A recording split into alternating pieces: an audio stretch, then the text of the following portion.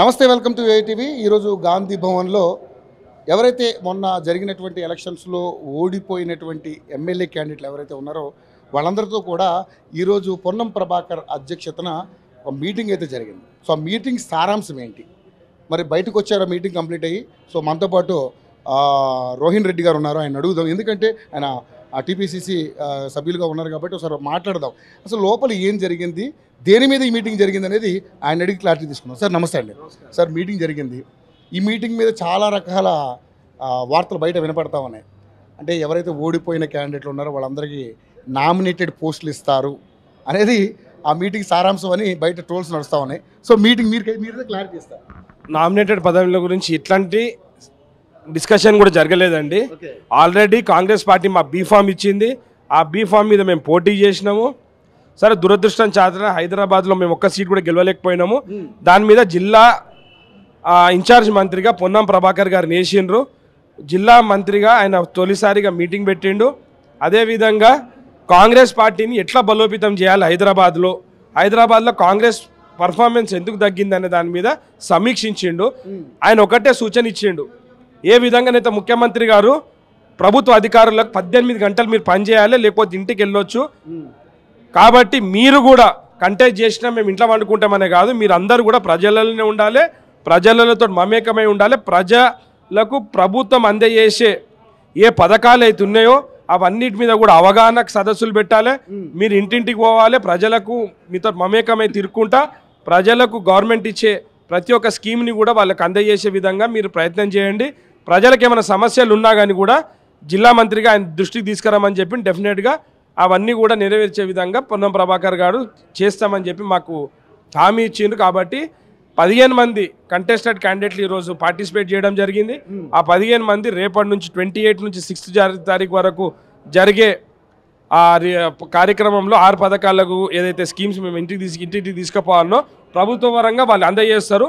కాకపోతే కాంగ్రెస్ శ్రేణుల్లో మేమందరం కూడా అవగాహన సదస్సులు ఉండి పబ్లిక్కి అధికారుల మధ్యలో మేము ఉండాలని చెప్పేసి ఆదేశించారు. కాబట్టి మేము అవన్నీ కూడా శిరసా వహిస్తామని చెప్పి మేమందరం కూడా పొన్నం ప్రభాకర్ గారికి హామీ ఇచ్చి కాంగ్రెస్ పార్టీని బలోపేతం చేసేదానికోసం మేము ఇవాళ నుంచే కృషి చేస్తామని చెప్పి మేమందరం కూడా మాట్లాడుతున్నాం. రోహిన్ రెడ్డి గారు, చూస్తే పథకాల విషయంలో చాలా రకాలుగా అంటే ఒకవైపు ప్రభుత్వం కూడా ఏదైతే మన విపక్షం ఏదైతే ఉందో బీఆర్ఎస్ పార్టీ రకరకాల కామెంట్లు మేమే చేయడం జరుగుతూ ఉంది. సో ఇచ్చిన 2 పథకాలు ఇప్పుడైతే అమలు అవుతూ ఉన్నాయి, చేస్తూ ఉన్నాం.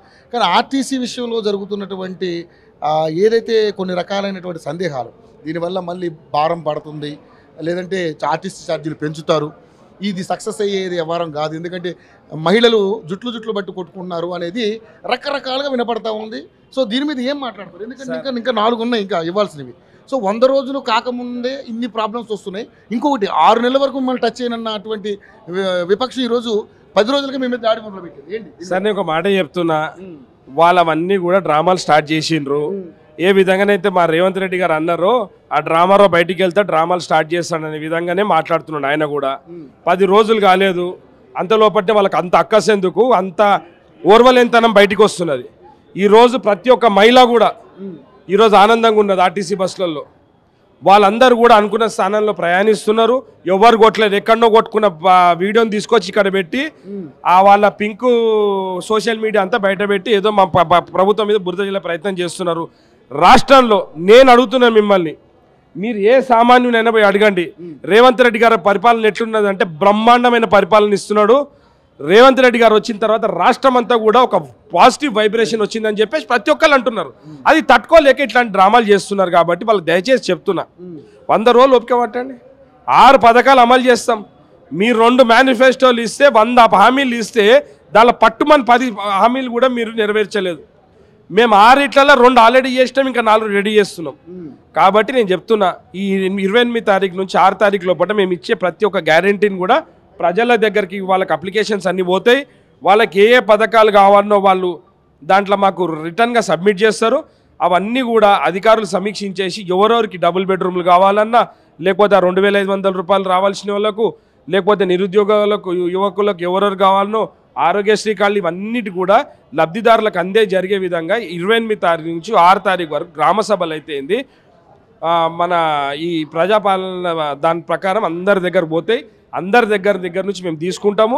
తీసుకొని లబ్ధిదారులకు అన్నిటి కూడా 100 రోజుల లోపల అమలు చేసే విధంగా రేవంత్ రెడ్డి గారు క్యాబినెట్ మంత్రులు అందరూ కూడా ఇదే పనిలో ఉన్నారు. దానిలో భాగంగానే పెద్దలు పొన్నం ప్రభాకర్ గారు కూడా హైదరాబాద్లో కూడా మీరు చాలా గట్టిగా పోవాలి, ప్రతి డివిజన్లో పోయి కూర్చోవాలి, పబ్లిక్ని అందరిని అవేర్నెస్ చేసి ప్రభుత్వ పథకాలన్నీ వాళ్ళ చేరే విధంగా కూడా మీరు కృషి చేయాలని చెప్పి ఆయన విజ్ఞప్తి చేశారు. కానీ ఇప్పుడు మీరు 2500 మహిళలకి వాళ్ళ అకౌంట్లో వేస్తామంటున్నారు.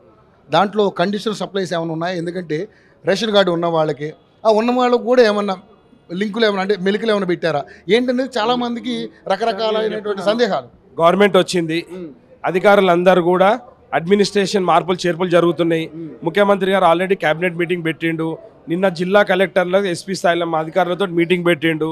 రేపు రేవంత్ రెడ్డి గారు దీన్ని నిర్దిష్టమైన దాని మీద కార్యాచరణ తీసుకుంటున్నారు. క్యాబినెట్ వాళ్ళ దగ్గర ఒక డిసిషన్ తీసుకున్నారు. దాని ప్రకారం లబ్ధిదారులకు ఎవరికైతే ఇస్తామన్నాం మేము ఆ 2500 రూపాయలు ప్రతి మహిళలకు ఇస్తామనే విధంగా అది తప్పకుండా అమలు జరుగుతుంది. దానికి విధి విధానాలు అనేది రేపు పొద్దున వాళ్ళే అమలు చేసి 28 తారీఖు లోపల రిలీజ్ చేస్తారు. ఓకే, సో ఇప్పుడు విభజన చట్టాల్లో విభజన హామీలు కొన్ని ఉన్నాయి, వాటి మీద రేవంత్ రెడ్డి గారు ఈరోజు రేవంత్ రెడ్డి గారు ఢిల్లీకి వెళ్ళిండ్రు. ప్రధానమంత్రి గారితో గట్టిగా పోటీ చేస్తారు. ఎందుకంటే లాస్ట్ టైం మీరు 10 సంవత్సరాల నుంచి కేసీఆర్ మోడీ దోస్తీ గురించి మీకు అందరు తెలుసు. సో ఆ దోస్తీలో భాగంగానే ఆయన 10 సంవత్సరాల నుంచి కూడా కేంద్ర ప్రభుత్వం నుంచి రావాల్సిన నిధులు కానీ వాళ్ళకు విభజన హామీలు కానీ ఎవ్వి కూడా కేసీఆర్ గారు వాళ్ళ మీద ప్రెజర్ పెట్టలేదు. కాబట్టి రేవంత్ రెడ్డి గారు ఊరుకునే మనిషి కాదు. బరాబర్ కేంద్రం నుంచి రావాల్సిన అన్నీ కూడా ముక్కు బిండి తీసుకొని వస్తాడు మన రాష్ట్రానికి. వాళ్ళ జేబులకి వెళ్ళి ఇస్తలేరు. మన హక్కును పుంజుకోవడానికి రేవంత్ రెడ్డి పోతున్నారు. రేవంత్ రెడ్డి గారి స్టైల్ మీకు తెలుసు. మీరు ఇవ్వకపోతే మళ్ళీ పోరాటం షురూ అవుతుంది. కేంద్రం అయితే ఎవరైతే రేవంత్ రెడ్డి గారు ఊరుకునే మనిషి అయితే కాదు. సార్ ఫైనల్గా మరి మీరు కూడా పోటీ చేశారు, సో స్వల్పంగా ఓడిపోవడం జరిగింది. ఏంటి మరి నెక్స్ట్ మీకు ఏమైనా నామినేట్ పోస్ట్ ఇచ్చి మిమ్మల్ని ఎమ్మెల్సీని చేసి ఆ విధంగా కార్యక్రమాలు జరుగుతున్నాయా, లేకపోతే ఏదైనా ఒక చైర్మన్ పోస్ట్ లాంటి అలాంటివి ఏమైనా అసలు ఏంటి మీ అందరూ న్యాయం జరిగే అవకాశం ఉందంటారా? సార్ నేను ఒక విషయం చెప్తాను. కాంగ్రెస్ పార్టీ సైనికునిగా 20 ఏళ్ళ నుంచి కాంగ్రెస్ పార్టీని క్షేత్రస్థాయిలో నేను బలోపేతం కోసం కష్టపడ్డా. నా కాన్స్టిట్యున్సీని చేంజ్ చేసిన, నేను అంబర్పేటకు పోయి పోటీ చేసిన. డెఫినెట్గా కాంగ్రెస్ పార్టీని బలోపేతం చేస్తానికి నా చివరి రక్త బొట్టు వరకు కూడా కాంగ్రెస్ పార్టీ కోసమే పనిచేస్తా. కాంగ్రెస్ పార్టీ బీఫామ్ ఇవ్వడం అనేది నాకు చాలా పెద్ద గౌరవము. పార్టీ నాకు పదవులు ఇచ్చినా ఇవ్వకపోయినా నేను పార్టీ కోసం కష్టపడతా. పార్టీ నన్ను గుర్తించి ఏమి ఇచ్చినా ఏ ఆదేశాలు ఇచ్చినా కానీ కూడా పార్టీ కోసం నేను పనిచేస్తాను. ఫైనల్గా ఆఫ్టర్ పార్లమెంట్ ఎలక్షన్స్ మీ ప్రభుత్వం పడిపోతుంది అని చెప్పి చాలా మంది రకాలుగా మాట్లాడుతూ ఉన్నారు. సో ఏంటి నేను ఒకటి చెప్తా, వీళ్ళందరూ కూడా గోడ మీద పిల్లిట్ లెక్క తయారయ్యారు. ఎప్పుడు కూడా ఏమవుతుందని అంటే వాళ్ళ కళ్ళు మంచిగా కావు, డిస్టిక్ కళ్ళు అంటారు చూసినరా. మా ప్రభుత్వం మంచిగా ఉండే వరకు వాళ్ళ సర్కార్ని వాళ్ళు మిగిలిపోయిన ఎమ్మెల్యేలు కార్పొరేటర్లు అయితే మా దగ్గర జుంకుతారేమని భయంతో ఆ గవర్నమెంట్ పడిపోతుంది ఆ గవర్నమెంట్ పడిపోతుంది అని అంటారు. ఎట్లా పడిపోతుంది అండి? 65 మంది ఎమ్మెల్యేలు ఉంటే గవర్నమెంట్ పడిపోతుందా?